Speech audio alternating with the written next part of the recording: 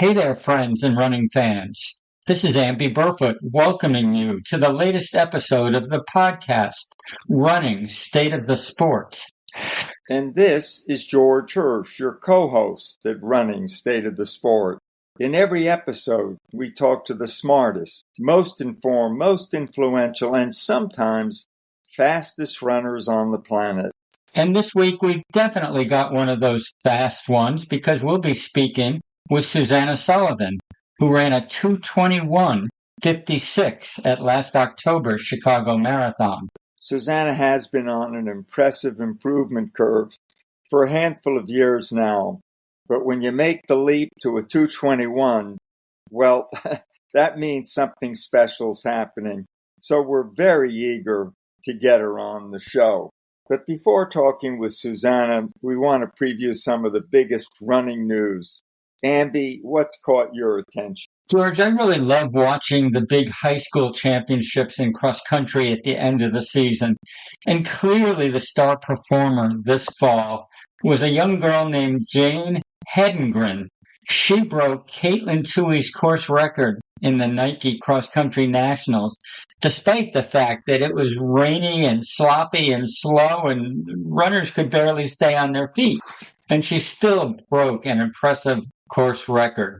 Earlier in the season, she ran a 15:50.1 at the Nike Cross Regionals, which is believed to be merely the fastest female high school runner's time ever for 5K. So she is super impressive. She's another one of those fast Utah runners, and she's headed to BYU for college. And we know they have great programs, male and female both. And I hope we'll be hearing a lot more about her in the future. I paid a little bit of attention to USATF's tax filings recently because you got to watch the money flow at the organization at the top of our sport in this country. And it's not great, primarily because, as we all know, they're so dependent on Nike revenue and also revenue from the Olympics. It's exciting. I hope that there's a new president of the organization. His name is Kurt Clausen. He's a several-time Olympian in race walking and also a senior vice president for Major League Baseball. That seems to mean he's a smart cookie who knows a bit about professional sports, and I hope that'll pay off at USATF. Finally, the Aramco Houston Half Marathon is still a couple of weeks away, but I'm getting excited because it's always the first stop for the top U.S. runners in the new year, 2025. And there's a lot of chatter going on about some of the guys attempting to break Ryan Hall's long-standing U.S. record in the half. Hard to believe, but it was way back in 2007 that Ryan ran his 59:43, still the American record.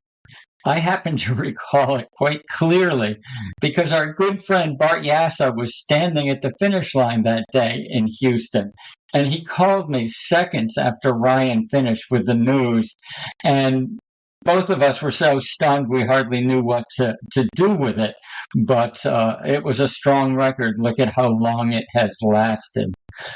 George, what have you been paying attention to recently?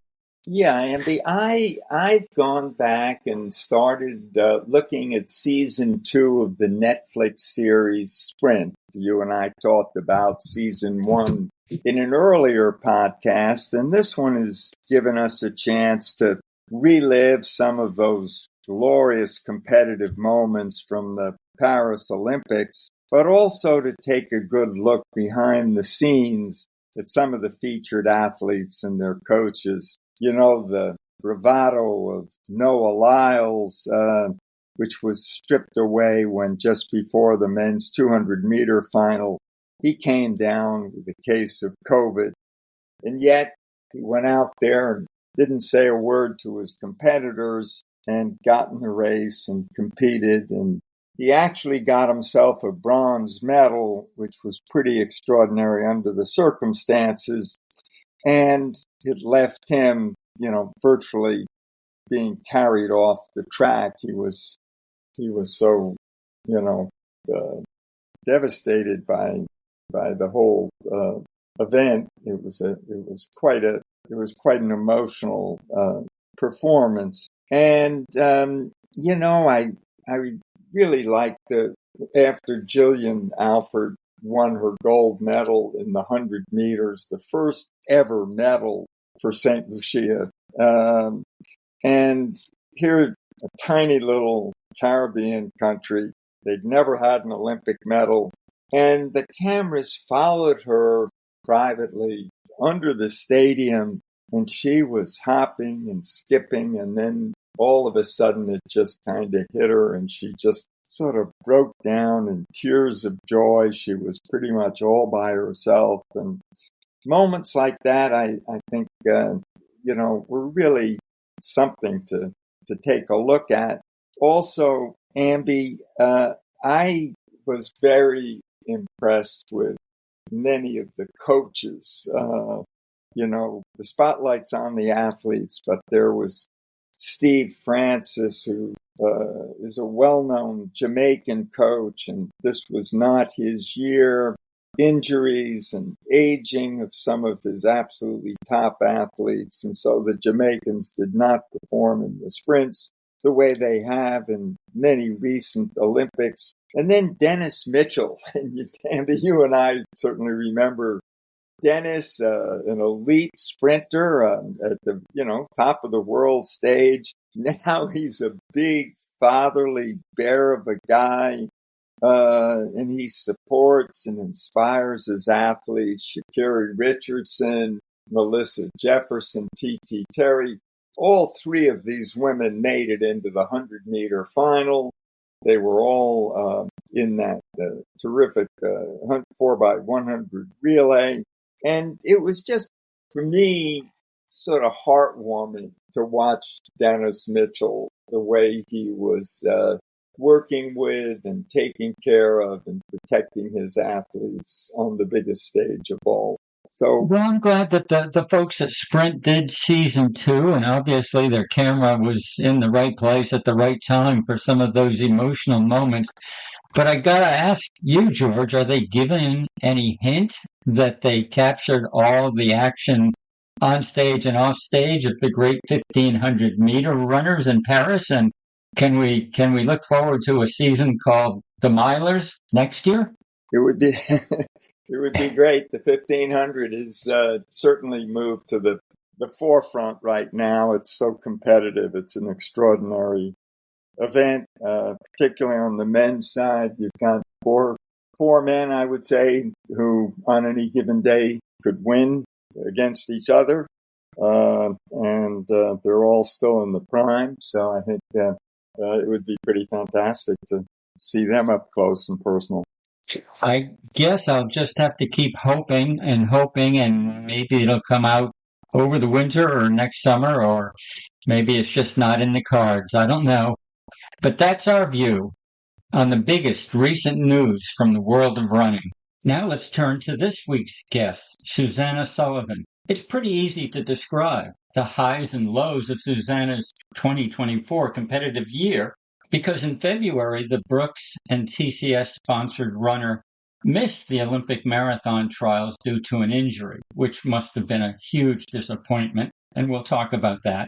However, she made a super comeback, because in October, she ran 2:21:56 at the Chicago Marathon. That's the second fastest U.S. female marathon of the year, behind only Betsy Sena's 2:19 at Tokyo. And, when you start using the number 2, you're starting to talk about Olympic and World Championship ambitions and qualifications and major marathon podiums. So that was a big leap forward, and we'll be talking a lot about that. Susanna, thanks so much for joining us this morning on Running State of the Sport. Thank you so much for having me. It's an honor to be invited, and I'm really looking forward to our conversation, Amby and George. Thanks, Susanna. This is George. It's great to have you.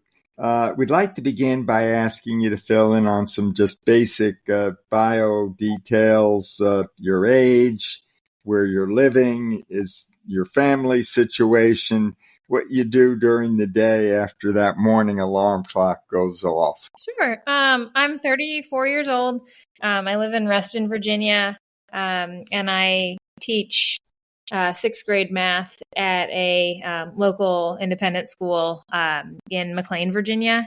I am married to a Marine officer. He works down 95 in Quantico. We got married this past summer. We have a cat, but no kids yet. And my sister and her husband and my two little nieces live in DC, so just a short drive away. So I get to see them pretty frequently. And my parents still live in the house that I lived in high school in Falls Church. So we're all kind of in the area. And a typical day, usually right now we're on winter break, which has been great to kind of have a break from the daily grind, but I enjoy it. On a typical day, I'm up usually around 6:30, 7 a.m. I tend to stay up later and I like to sleep in, which doesn't give me a huge opportunity to get a lot of training in before the school day begins, but I usually do a short run or a shorter swim in the morning. And then I'm off to school. School is from 7:45 to about 3:30, 3:45-ish. And then I head to George Mason University. That's where my coach coaches. And I usually do either a workout if I have a workout or a run there. That takes me to about 5:36 at night. And usually from there, I'll hit the pool on the way home for just a little bit of extra cross training. And usually a strength class a couple days a week on my way home. Get home around 8:30 or 9, have dinner, try to kind of unwind and just make sure that I'm prepared for the next day of teaching, and then do it all again the next day. Susanna, I was a sixth grade teacher several centuries ago, or that's what it seems like to me. And I found it a really stressful job, and you've just added about a dozen things onto it. So I'm tired with that listing of everything you do during the day. I'd be going to bed at 8 p.m., not staying up late like you.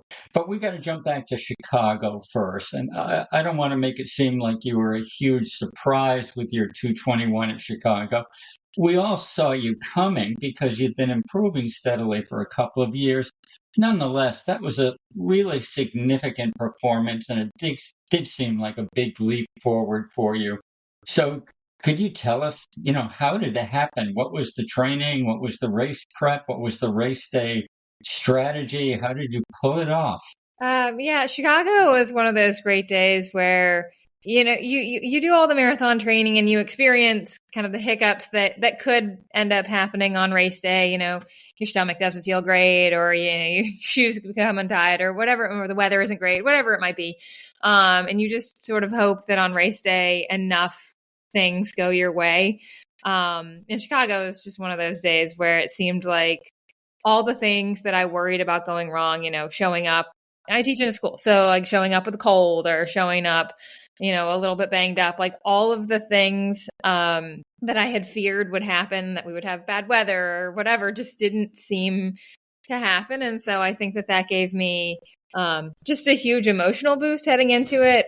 It was also the first marathon that my coach had seen me race, and we'd been working together for about 4 years at this point. So he's seen me run shorter races, but never a marathon. So it was just really special to have him there. And I felt like he was at some critical points on the course that I just kind of needed kind of a reminder to kind of just, focus on the training and taking it, one step at a time, 1 mile at a time. So there were just a lot of things about that day that just seemed to go really well. And so that was really encouraging. And I feel like each mile that I got further down the road and something hadn't gone sideways just made me more and more excited for what the potential end result might be. But kind of as a bigger picture thing, as you mentioned at the top of this, missing the trials in February was really heartbreaking. And before that, competing at the World Championships last year in Budapest, which kind of started the process that eventually led to me not being able to be at the Olympic trials in February, I fractured my kneecap right before the World Championships in Budapest. And right before the World Championships, I felt like I was in the shape of my life. Things had been going really, really well. I felt like I was really fit. And so to line up in my first opportunity to race in a Team USA singlet and to not be able to perform the way that I knew I had prepared was really, really frustrating. And it was really heartbreaking. And I left there feeling like I wanted another opportunity to put on a Team USA singlet and kind of represent myself and my coach and this very small but mighty team around me. My husband, physical therapist, and like everybody who's just kind of encouraged me along the way and believed in me even when I didn't believe in myself so much. I just wanted another opportunity to represent them and to just represent myself well. And so I threw myself into cross training after Budapest. I mean, looking back, some of the early days after Budapest, it probably wasn't even smart that I was cross training because it was like dragging my leg behind me in the water. But I cross trained all the time. If I wasn't teaching, I was trying to move in some other way and just maintain as much fitness as I could and work on weaknesses. And my PT is really smart, and she and also my coach just were like constantly trying to figure out what might have contributed to a stress fracture in your kneecap, because it just doesn't happen very often. And so I think through the process of trying to figure out what imbalances or what weaknesses or what biomechanical things I was doing that contributed to that injury, just working on all those things and cross training constantly got me to basically right before the Olympic trials in February, feeling like I had a better understanding of kind of the roadmap forward to like being strong and the aerobic fitness that I had gained and what needed to continue to be worked on as I move forward in the sport. And then I got COVID the week of the marathon, so that kind of eliminated the opportunity in Orlando. But I felt like I was just starting to be on the upswing in the spring. And then just kind of carried that through the summer. Obviously not having to teach in the summer is great for building a lot of volume. I was able to swim a lot and run a lot through the summer. And as I was building fitness and building strength, every race that I ran in the summer seemed to be a little bit better than the one before it, whether from a competitive standpoint or just like objectively, like, running PRs and things like that. Just gave me a lot of confidence that we were on the right track and that the best was yet to come. So I feel like I headed into Chicago feeling like it was a bit of a redemption race, and I'm just super relieved that it all came together on the day. So, kind of an obvious question after Chicago is, you think you've got more in the tank, Susanna. Now you're down to 221, and it gets tougher, as you know, at that kind of a marathon level. And so the question, I guess, for you is, what more can you do and plan to work on, and how do you improve even from here? Yeah, I do. I guess I do think that there's more, and that the best is yet to come. I've been working with my coach, like I said, for about 4 years. It's been very process oriented, and just taking it one day at a time, 1 week at a time. I trust him a ton, and I feel like I've watched there be steady improvement over the last couple of years, and particularly in the last couple of months, and that gives me a lot of confidence that we're frequently working on, just kind of different systems. Like, I'm working on just being more biomechanically efficient, and I'm working on, being just stronger aerobically by doing more tempo type work. And like I said, I really trust that he knows what he's doing. And so, I'm optimistic that if I continue to focus on the little things like nutrition and making sure that I'm getting enough sleep, which is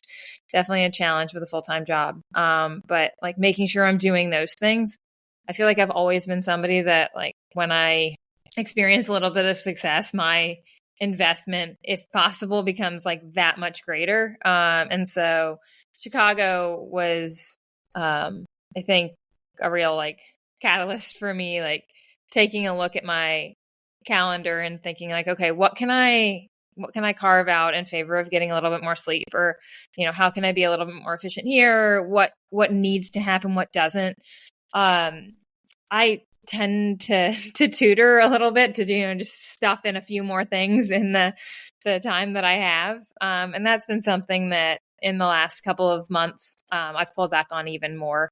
After last school year, I had a couple kids graduate and head off to college, and I didn't fill in those spots that I normally had. So my tutoring already this year was a little bit less, but the last couple months, especially since Chicago, I've even been more deliberate about just not biting off more than I can chew, so that I'm giving myself the opportunity to just chill a little bit in the evening before going to bed, so that it's just not like nonstop from, the time I wake up to the time I go to sleep. Susanna, many of the women in your situation, which is to say, aiming for a sub 220 marathon at this point, are kind of balancing track running and marathoning. They're trying to get faster in the 5,000 and 10,000 and also build endurance. Where are you on that continuum? Are you a 100% marathon runner, or are you thinking about some shorter distance speed work too? I really enjoy competing and enjoy racing, and because you can only do so many marathons, I really do enjoy racing at the shorter distances. And so I think that that'll continue to be part of the process of, helping me to become more efficient and, just more biomechanically sound at the shorter stuff. Definitely helps. The paces at the marathon feel that much more comfortable. So I think that that'll be something that we will continue to do. And in the next couple of months, I have some track races planned and some shorter road races. And I'm really looking forward to seeing what I can do there. So let's take it from there. What are some of those goals for 2025 for you, some of those track and shorter races? And also, what about a spring marathon? There will be a spring marathon. I'm not at liberty to say what it is at the moment, but I am really hoping to run faster than I did in Chicago. I feel like the short-term plan is to do some shorter track races. The next race up will actually be the Houston Half Marathon, and I am hoping to run a PR there. I ran a half marathon PR right before Chicago and Philadelphia this past fall, and we didn't pull back at all before that race. And it was pretty humid. It was kind of warm. There were enough elements of that race, and just the fact that things have gone pretty smoothly since Chicago, that make me feel like that a PR is a reasonable goal. And then after that, we'll drop down to some shorter things. I'd really like to run a 10K on the track this spring before the marathon. And so trying to run a PR there. My PR on the 10,000 on the track is 31:55. So I would love to run, mid to low 31s. We'll see. We'll see kind of what the training is pointing at. But I think that would really help. If I can do that, then that's going to make marathon pace feel that much easier. So I think that's the goal. But I would really like to run ultimately a faster half or a faster full marathon this spring than I ran in the fall. And hopefully that will be, right now it looks like I am in a good spot to maybe get a spot on the world championship team. But my thought is that if I can run faster this spring, then that would maybe make that spot a little bit more secure. So I would really like to do that, and then be able to plan a little more definitively for Tokyo, which is where the world championship will be in September. The marathon is September 14th. So I would, from a teaching standpoint, it's fantastic because I would have really the entire summer to train. So you're not ready to disclose your spring marathon, but from what we're hearing, it sounds to me, if you're going to shoot for a PR, that you're going to be running on a fast course. Yeah. Okay. We'll leave it at that. And apparently coming back for the World Championships, if you're selected, I guess Budapest is still back of mind and you'd like to come back from that one, even though Tokyo in September is not very pleasant running conditions. George and I have been there. You must know that, but it's the idea of competing at World Championships must be attractive to you. Yeah, I would really love to do it, and I think that, my coach and I feel like would make sure that I was well prepared.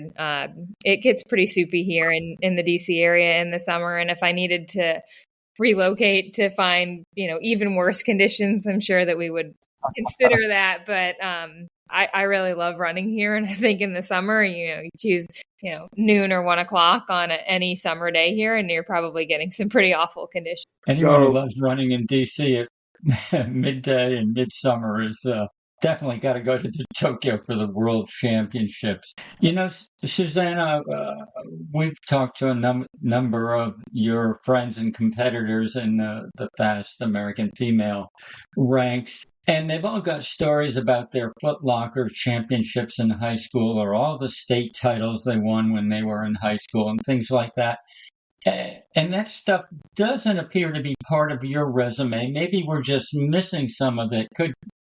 What were you doing in high school? And did you go to Foot Locker or win state championships? So I competed for George Mason High School in Falls Church, Virginia. And compared to a lot of the schools in the area, it was a really small school. The city that I grew up in is just in the edge of Arlington County, so 15 minutes from DC. But it was a 2 square mile city, so drew from a pretty small area. School is pretty small. We were in a small division, so I was competing, and I competed against the kids that were in our district in our region, and so I was pretty competitive right away. My older sister had run cross country and track and had started that when we lived in Memphis, Tennessee. And she had been on a very competitive team. And so she's 2 years older than me. And when we moved to Virginia, I really just thought, like, if I can be second to her, then that'd be pretty good. And almost immediately was beating her. And as sibling rivalries go, that was a huge motivator. And then kind of, took off from there. I did win a couple state championships in the mile and 2 mile, and in cross country, was second 3 times. So, I enjoyed competing. And when I headed off to Notre Dame, I really did think that just the increased level of competition was going to just automatically launch me to, higher heights, because when I was in high school, I loved to compete and I loved to win, and winning was a pretty frequent occurrence, just because of how small the division I was competing in was.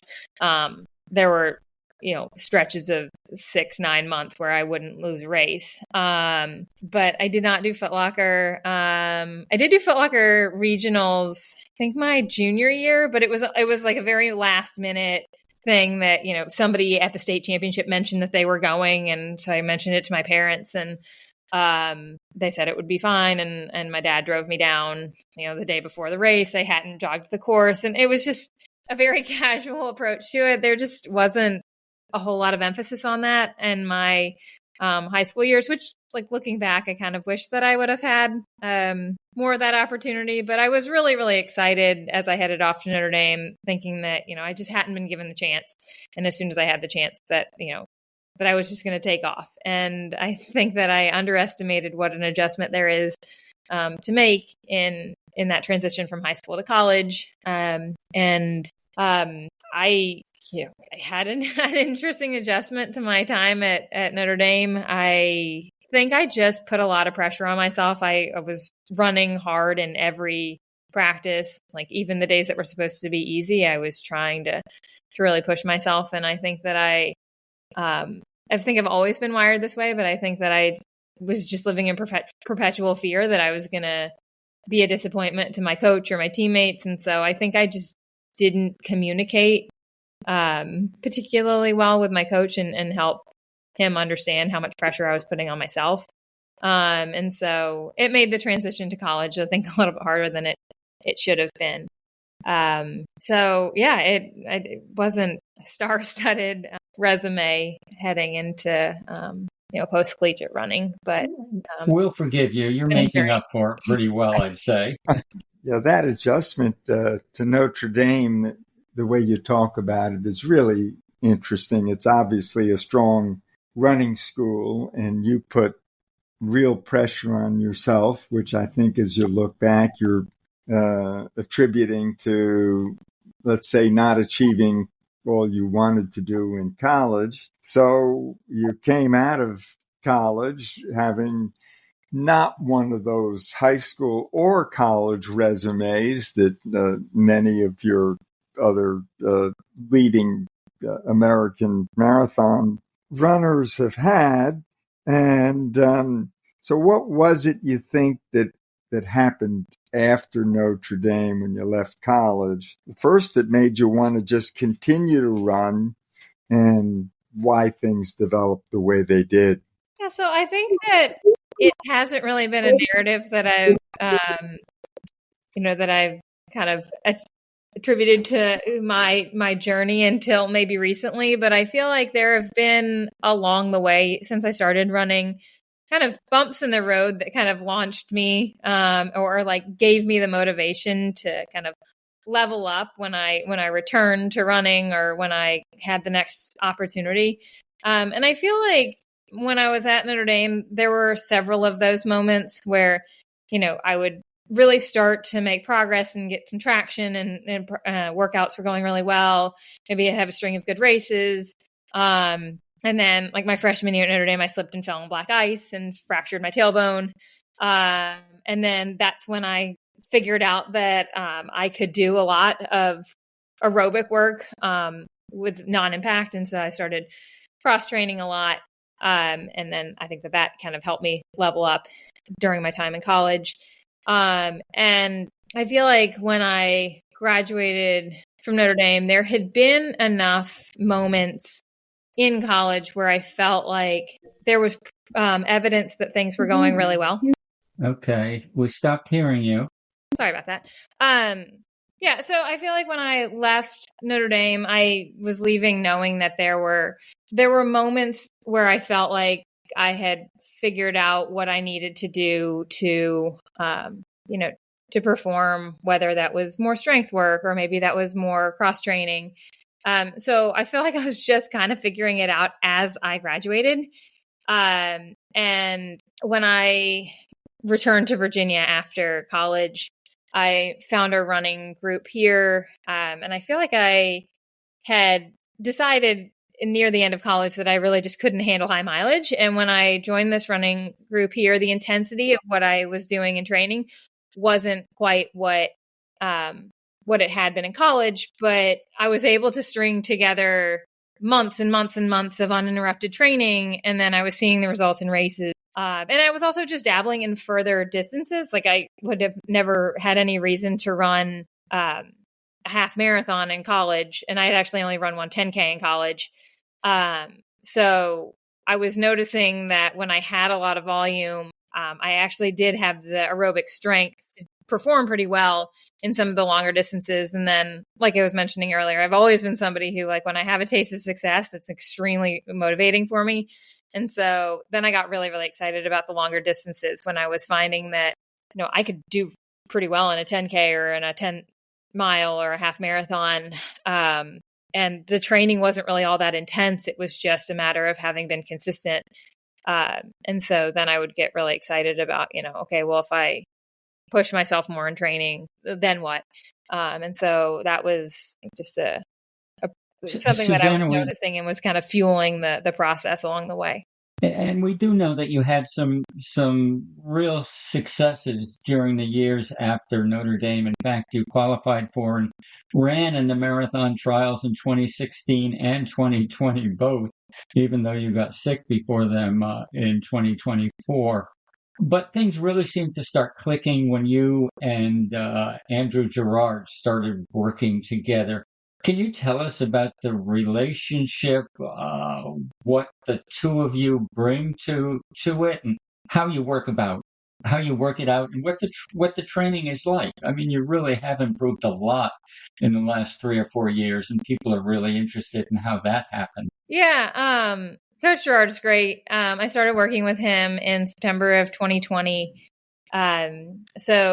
I reached out to him, and I wasn't even sure that he worked with post-collegiate athletes. He was working with one of his former athletes at the time, Bethany Sullivan, but she had run for him as a collegian, and so I just wasn't sure that he would even be willing to take me on. But he did, and immediately the training was very, very different than anything I'd ever done, just in terms of mostly in terms of volume. And I felt like immediately I was able to communicate with him and kind of share what was challenging, and and he was just always willing to answer any questions I had about just kind of like nitpicky detail things about, how long should this rest be? What should this feel like?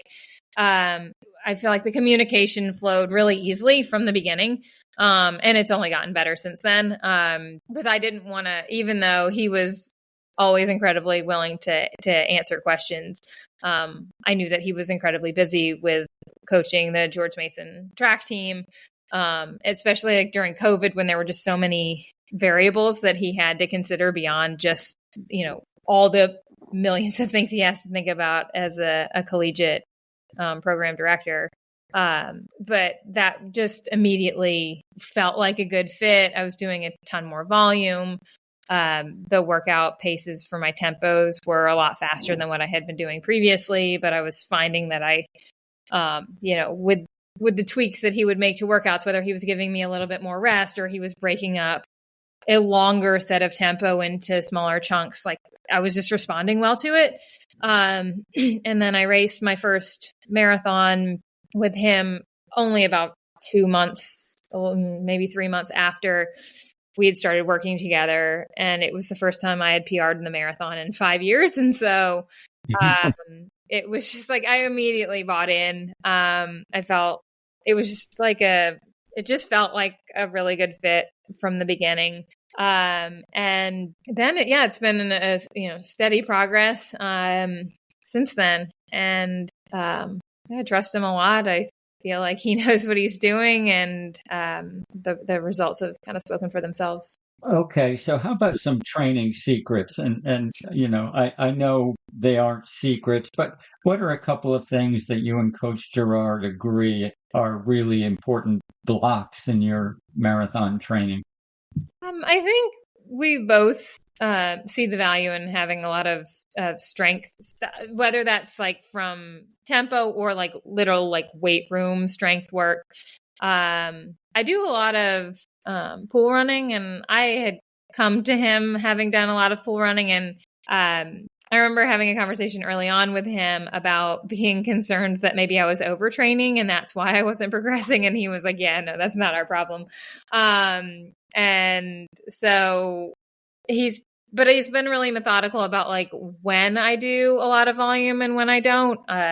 Right now, as we're heading into a half marathon, I'm not doing nearly the mileage that I would if I were training for a full. And so I feel like just the periodization, planning component of training was not something that I had really encountered since college. I was, for the 8 years after I graduated from Notre Dame, before I started working with Coach Gerard, I was ready to run pretty fast at most distances, but I wasn't really focused on a specific race and a specific build for a specific time or for a specific race. And so that had the effect of getting me and keeping me pretty fit. But it's been an interesting adjustment to have kind of more of a deliberate build where there are certain times in the season where I'm focusing a lot on strength and not really much at all on faster turnover stuff, and then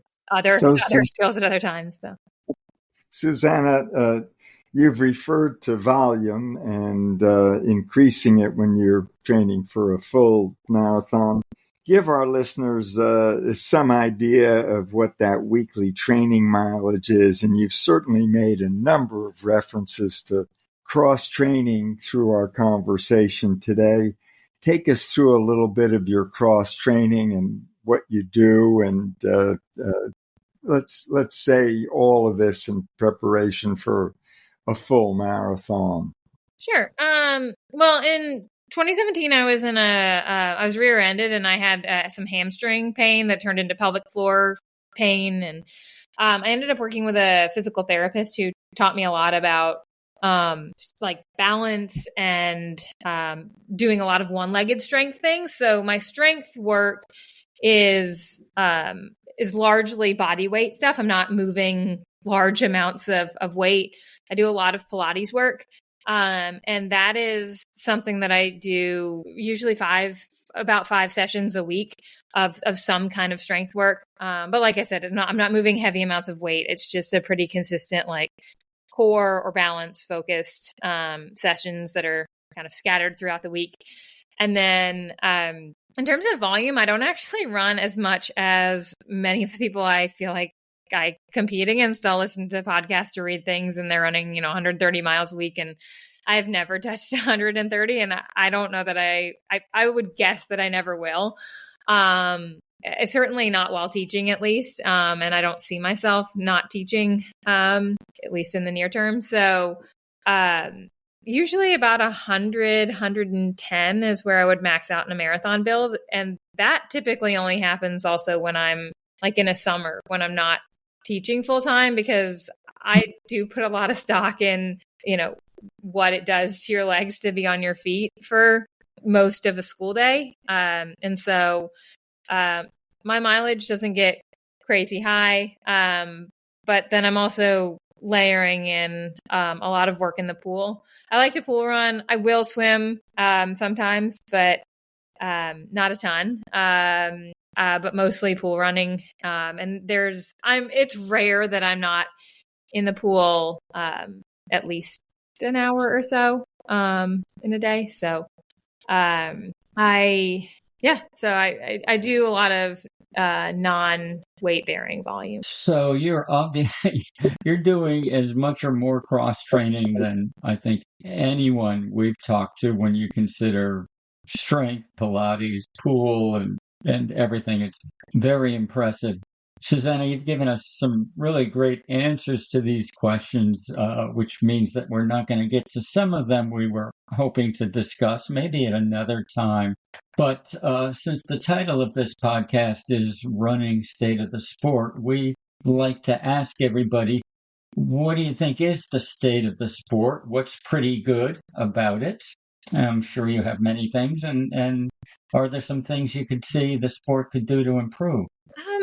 Yeah. I was thinking about that since you pitched the question a little early, so I had a chance to think about it.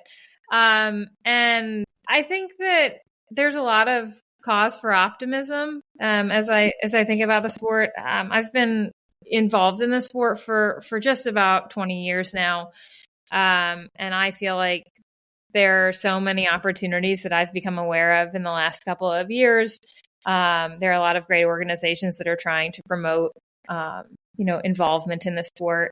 And I know that there is concern that it's not as popular or as flashy as basketball or football and things like that. But, almost every day I head to George Mason University for practice after school.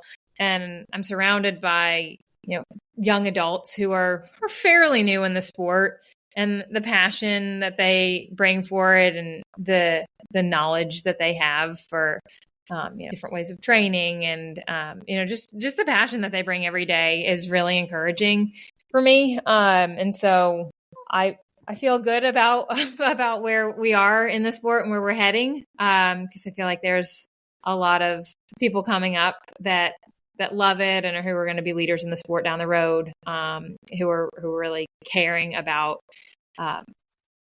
keeping it accessible to a lot of folks, and who just really want to be the best that they can be and kind of stay focused on the process. At times, I feel like there are elements of the sport that are cause for frustration. I was thinking about the fact that just in the last couple of months, I've competed in several races that have had the results altered after the fact because there's been, they've found that there have been competitors in the race who have been cheating. And so that's something that I feel pretty strongly about. I understand that the reason that people get out of bed every day and, they pursue success in this sport is not, it's not a one size fits all, but my reason for it and my kind of understanding since being very little and involved in, sports, whether it's, track and field or whether it was, soccer before that, is that the whole point of sport is to see where you can get through hard work. And so it's been frustrating to find out weeks or months after competing in a race that I was competing against somebody who wasn't bringing that level of integrity, and who was taking shortcuts. And so that's frustrating. And I worry about where we go from here because I'm not sure that I see that it's getting any better. And I find that to be an immense source of frustration. But at the end of the day, it doesn't change the fact that the reason that I get out of bed every day is to see how good that I can be, and I feel like I've got a good team of people around me who, who care about doing things the right way, and who are just incredibly supportive of me continuing to chase my goals. So I'm excited to stay involved in the sport and, to see where it can take me. So, Susanna, we always end up our podcast by asking our guests the 3 fairy godmother wishes. And this can only be 3. And you can comment on anything from global issues, but, really we'd love to hear your thoughts, personal wishes for yourself, your running, for those close to you, short-term, long-term. 3 wishes, go for it. Okay.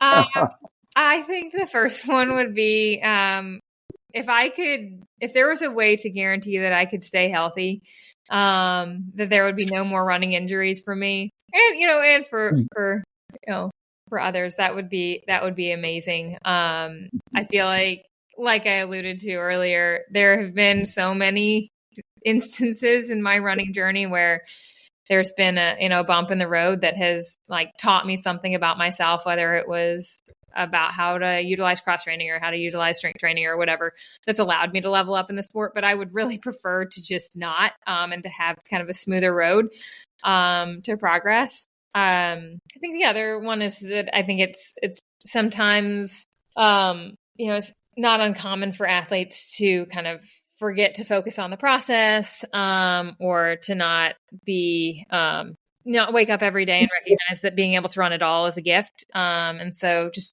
if I could guarantee that every day that I would remember to wake up grateful and stay focused on the process, I think that would give me a lot of satisfaction in the progress that is to be made in the next couple of years. And I would just really love to continue to improve and to stay competitive. I think that I've got some more good years in this sport. And I would just love that for what I believe to actually end up being the case. That's it. Susanna, thank you so much. It's always remarkable to me that the people we talk to are so humble. It's like nobody has told you that there's an Olympic Games in the United States 3 years from now, and maybe you'd like to be in that race, like Joan Benoit was in 1984. But that's okay. We know you're secretly hoping for that, and we're hoping for you and the other great runners with as much integrity as you have. So that is it for our conversation with top American marathon runner Susanna Sullivan. Susanna, thank you so much for spending this time with us. Thank you so much for having me. It's been a lot of fun. Amby, that was a great conversation with Susanna Sullivan. She might just be the busiest runner that we've interviewed, but that certainly hasn't stopped her from continuing her rapid improvement in the marathon. What struck you about her comments? Well, as a former sixth grade teacher myself, I'm just thrilled that she has made the commitment she has to the classroom. She must be a tremendous teacher and inspiration to the kids in her class. I also was impressed by her commitment to the running in the Tokyo World Championships marathon next September. A lot of people aren't going to want to run in Tokyo in September. You and I have been there that time of year, and it is hot and humid, and it's not fast marathon weather. But Susanna really wants to go for it, and she's got the attitude that, hey, Washington, D.C. in summertime, that's pretty much the big soup itself. So she's going to get herself ready during the summer when she's got a little bit more time to train. And she's going to go and key on the World Championships in September, and she might be really well prepared for that event. George, what did you take away from the conversation with Susanna? Yeah, I was so taken by her ability to focus and her organizational skills, I guess, or discipline, if you will. I mean, who says you can't have it all? It seems Susanna shows us exactly how to do it. She's full-time teaching, tutoring, coaching, running at the highest level these days. And her secret seems to be just to enjoy it, accept whatever comes at you, and goodness knows, don't waste any time. I mean, she's a perfect example of making every minute count. What is it they say about if you want to get something done, find a busy person to do it for you, because they'll take care of business. And that seems to be Susanna's way about everything in her life. And so that's it for this week's episode of Running, State of the Sport. We hope you enjoyed joining us as much as we enjoyed sharing the time with you. We'll be back again soon with another episode. Until then, please tell your friends about Running, State of the Sport. We'd also appreciate a review at your favorite podcast host, like Apple Podcasts or Spotify Podcasts. In signing off, here's our hope for the state of your own personal running. Chin up, clear eyes, full heart, keep moving onward.